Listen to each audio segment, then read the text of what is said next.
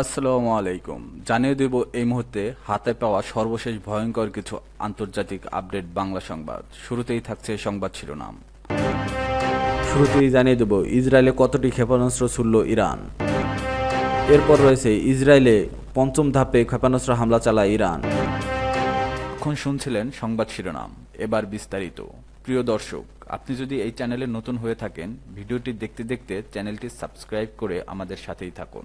ইসরায়েলে কতটা ক্ষেপণাস্ত্র ছুড়ল ইরান? ইরান শুক্রবার সন্ধ্যা থেকে এখন পর্যন্ত পঞ্চম দফায় ইসরায়েলের দিকে 150-র বেশি ক্ষেপণাস্ত্র নিক্ষেপ করেছে। আন্তর্জাতিক ও ইরানি গণমাধ্যমের বরাতে তথ্য জানিয়েছে জেরুজালেম পোস্ট ও রয়টার্স। শনিবার সকালে পঞ্চম দফায় আবারও ক্ষেপণাস্ত্র ড্রোন হামলা চালায় ইরান।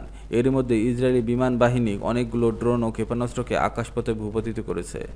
ইরানের ছোড়া বেশ কয়েকটি কেন্দ্রীয় ও উত্তরাঞ্চল সহ গাজা ও পশ্চিম তীর পর্যন্ত পৌঁছেছে। এর আগে ইরান 4 দফা ক্ষেপণাস্ত্র হামলা চালায় ইসরায়েল। এসব হামলায় অন্তত 4 জন নিহত হয়েছেন এবং 70 জনেরও বেশি আহত হয়েছেন।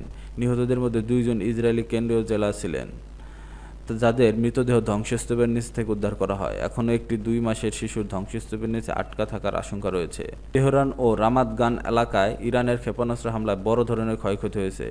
এছাড়া শনিবার সকালে ইসরায়েলের উত্তরাঞ্চলে কিরিয়াত সমনা, মেতুল্লা ও গাজার রকেট হামলার সতর্কতা সাইরেন বেজেছে।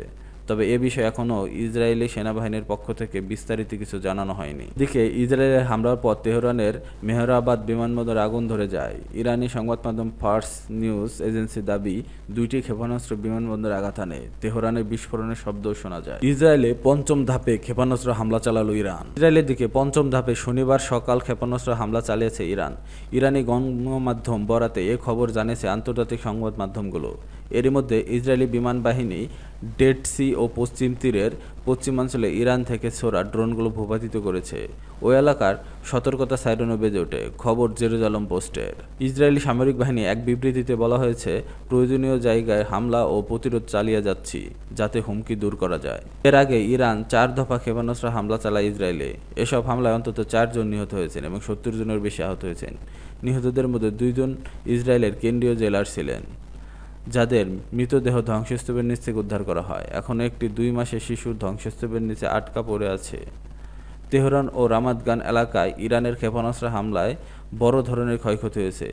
এছাড়া শনিবার সকালে ইসরায়েলের উত্তরাঞ্চলে কিরিয়াত সমনা, মেতুল্লা ও গাজার রকেট হামলার সতর্কতা সাইরেন বেজে ওঠে।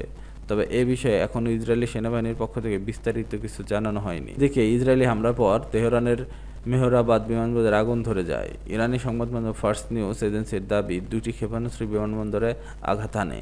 তেহরানের বিস্ফোরণের শব্দ শোনা যায়। শুক্রবার সন্ধ্যার পর থেকে ইরান এখনও পর্যন্ত 150টিরও বেশি ক্ষেপণাস্ত্র ইসরায়েলের দিকে ছুটেছে বলে জানা গেছে।